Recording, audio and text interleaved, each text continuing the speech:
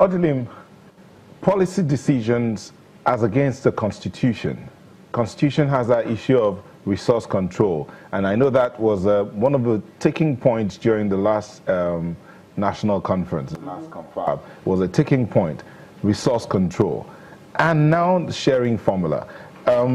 There's this sharing formula here that says the way it is right now is that the federal government gets 52.68%, the state government gets about 26.72%, and the local government gets about 20.60%. That's the allocation as it is from the federation account. But we all know that it's a federation that gives to the federal, the state, and the local government. But so far, it has been the federal government giving to the federation, so to speak. What can be done? I mean, in the interim, before you even talk about constitutional amendment, what can be done to achieve this, as someone put it, suggestion by the finance minister? Because it doesn't sound like a policy yet. You see, when I started, I didn't want to go into a lot of details because, you know, we all know these details. And an average Nigerian is looking for immediate solutions that are technically applicable. I think it is very difficult to understand the economic issues at certain levels because one says Lagos is generating blah, blah, blah figures. But bear in mind that the money Lagos is generating is as a result of a country being an import-dependent nation, that most of 90% of our consumption is imported. And because 90% of our consumption is imported, it means that it passes through Lagos ports, and most of these goods end up in Lagos.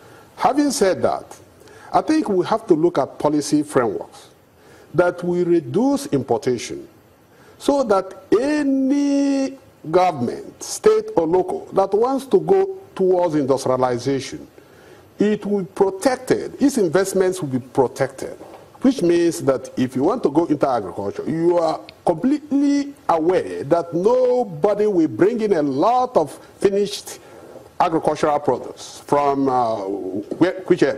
wherever nation in order to displace or to undermine your access to the market. So these are the areas that I think that the states should sit down with the federal government and say, you know what, you can give us this freedom to generate our revenue, but how can we generate our revenue when most of the things we consume are imported? And because they're imported, if we go into industrialization, will be actually undermined. That's why I've been suggesting time without number. And thank God that maybe they can listen to what I'm saying. We need to constitute what I call Nigerian Rapid Industrialization Council that will be headed by the president and all the 36 state governors with Abuja FCT minister. They should be meeting once in a month and be able to look at the comprehensively and holistically on what are those steps, policy steps we need to take, be it monetary policy, be it fiscal policy, so as to encourage industrialization, so as to encourage consumption of locally made goods, so as to make it difficult for foreign goods to be dumped in Nigeria. These are the policy frameworks we have to actually take. Because otherwise, we continue going around the issue. As you may know, the issue of fiscal federalism or the issue of restructuring, whether state is viable or not viable, that shouldn't be our business.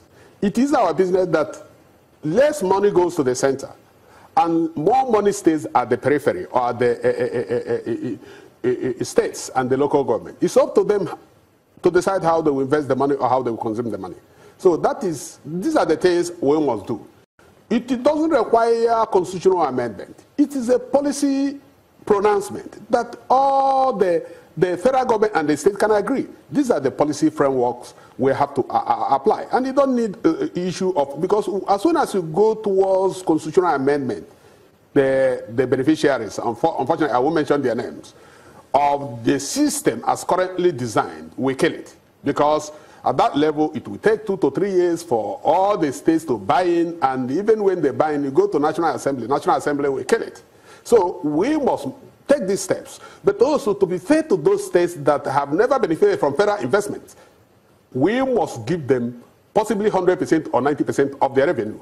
Those states that have been benefited from federal investments must be forced to relinquish serious percentage amount of their revenue to the center so that it will help those states that have never benefited.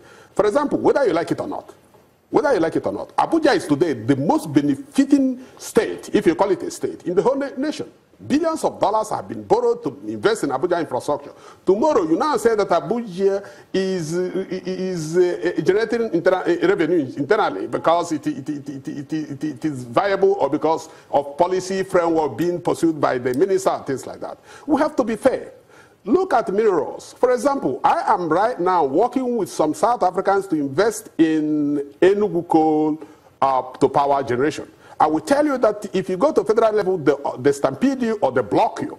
But why should that be the case? I'm supposed to be talking with the governor of Enugu State, and he should be the one to determine whether we are viable or not. So it should not be fair that you continue this way, block states from making investment, from generating revenue themselves, and then you tell them that tomorrow they should be on their own. You must relinquish those resources. You must relinquish them whether you like it or not. And as soon as you relinquish these resources, all the state governors will go to work. Because right now, state governors wake up in the morning at 10 o'clock and become like emperors and have their lunch and then relax. As soon as they discover that the internal generated revenue will be for their current expenditure and the capital expenditure which comes from federal government must be monitored by federal government, not by them, I will assure you that all the states will become viable. Whether you like it or not, they are viable. If they're not viable, they merge with the other states, neighboring states. There's nothing wrong with that. Mr. Nyaitok, the possibility of a measure, we'll be looking at the possibility of a measure to minimize or how to minimize expenditure, but that will come back after this break.